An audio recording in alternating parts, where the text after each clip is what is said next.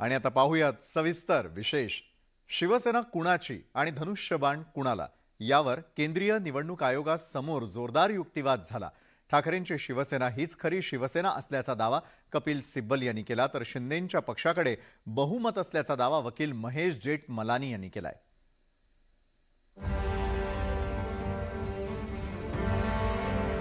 दिल्लीतील केंद्रीय निवडणूक आयोगात उद्धव ठाकरे आणि एकनाथ शिंदेंच्या बाजूने जोरदार युक्तिवाद करण्यात आलाय।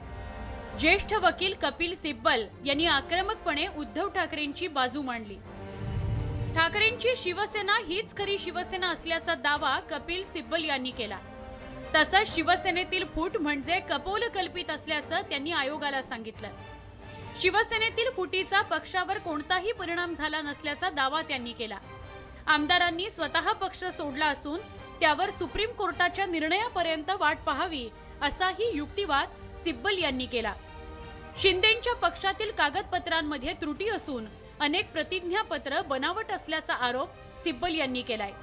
शिवाय धनुष्यबाण चिन्हाचा आत्ताच निर्णय करू नये असंही त्यांनी आयोगाला सांगितलं। निवडणूक आयोगाने सगळ्या बाजू तपासाव्यात, तसंच शिंदेंच्या सगळ्या कागदपत्रांची पडताळणी करण्याची मागणी सिब्बल यांनी केली। होना क्या है भैया, कुछ होता है, अदालत में बहस होती है, तो अदालत जारी है। सर इधर देख के, लेकिन कहा गया था कि आज डिसीजन आ सकता है। आज डिसीजन हुआ सर? मुझे नहीं पता, उनसे पूछिए, मैं क्या कह सकता हूँ इसमें। लेकिन आपने क्या दलीलें दी सर? आपने दी दलीलें।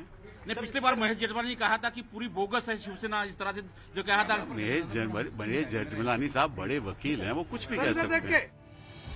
कपिल सिब्बल यांच्या या युक्तिवादानंतर महेश जेठमलानी यांनी एकनाथ शिंदेंची बाजू निवडणूक आयोगासमोर मांडली। शिवसेनेतून एखादा मोठा गट लोकप्रतिनिधींसह बाहेर पडला असल्याचं जेठमलानी यांनी सांगितलं। शिंदेंकडे संख्याबळ असल्यानं निवडणूक आयोगानं लवकरात लवकर निर्णय घ्यावा असा आग्रह जेठमलानी यांनी धरला। आमदार खासदारांचं बहुमत शिंदेंकडे असून शिंदे पक्षाच्या कागदपत्रांमध्ये त्रुटी नसल्याचा दावा जेठमलानी यांनी केला। सोबतच धनुष्यबाण चिन्हासाठी बहुमत गरजेचं असल्याचा युक्तिवाद त्यांनी केला। त्यांचा एक असा पण मुद्दा होता की जोपर्यंत सुप्रीम कोर्टामध्ये डिस्क्वालिफिकेशन पिटिशन्स डिसाईड होत नाही तोपर्यंत इथे प्रोसिडिंग्स पुढे घेऊन जाता कामा नाही। पण आता हे सगळे मुद्दे ते त्यांचे आर्ग्युमेंट्स अजूनही चालू आहे। नेक्स्ट डेट फ्रायडेला आहे, ज्यांनी राहुलजी असं आता बोलले, त्यांनी 2 तास अजून मागितलेत। एकदा फ्रायडेला त्यांचे आर्ग्युमेंट्स कन्क्लूड झाले की आपल्याला क्लॅरिटी येईल की त्यांचे काय सगळे मुद्दे आहेत आणि लवकरच इलेक्शन कमिशन, माननीय इलेक्शन कमिशन निर्णय देतील अशी सगळ्यांची अपेक्षा आहे। जेठमलानी यांच्या या युक्तिवादानंतर पुन्हा एकदा कपिल सिब्बल यांनी निवडणूक आयोगासमोर ठाकरेंची बाजू मांडली।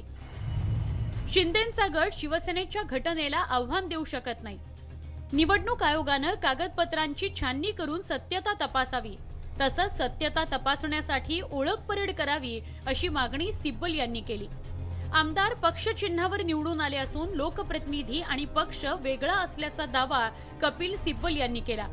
पक्षात असताना शिंदे गटानं आक्षेप का घेतला नाही?